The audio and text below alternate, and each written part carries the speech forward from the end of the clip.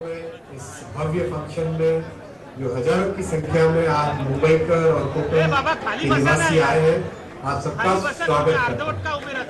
मैं करीब 15-20 मिनट में कुछ इम्पोर्टेंट पॉइंट्स आपके सामने रखूंगा, लेकिन शुरुआत थोड़ी ऐसी हो कि जोश भर जाए तो आए मजा।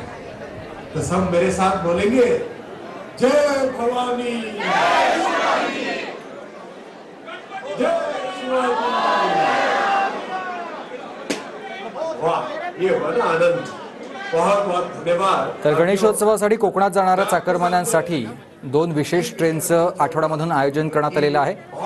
आता या सगळ्या दोन्ही ट्रेन बोरिवलीमधून सुटणार असल्याची माहिती मिळते। गणेशोत्सवासाठी विशेष ट्रेनचं हे आयोजन करण्यात आलेलं आहे आणि त्याचंच आता हिरवा झेंडा दाखवून उद्घाटन केलं जाणार आहे। पियुष गोयल यांच्या प्रयत्नामधून ही विशेष ट्रेन सोडली जाते। बोरिवलीमधून मडगावसाठी ही विशेष ट्रेन धावणार आहे। गणेशोत्सवासाठी या विशेष ट्रेनचं आयोजन करण्यात आलेलं असून आठवड्यामधून 2 वेळा ही ट्रेन धावणार आहे। त्यामुळे कोकणात जाणाऱ्या चाकरमान्यांना याचा फायदा होईल।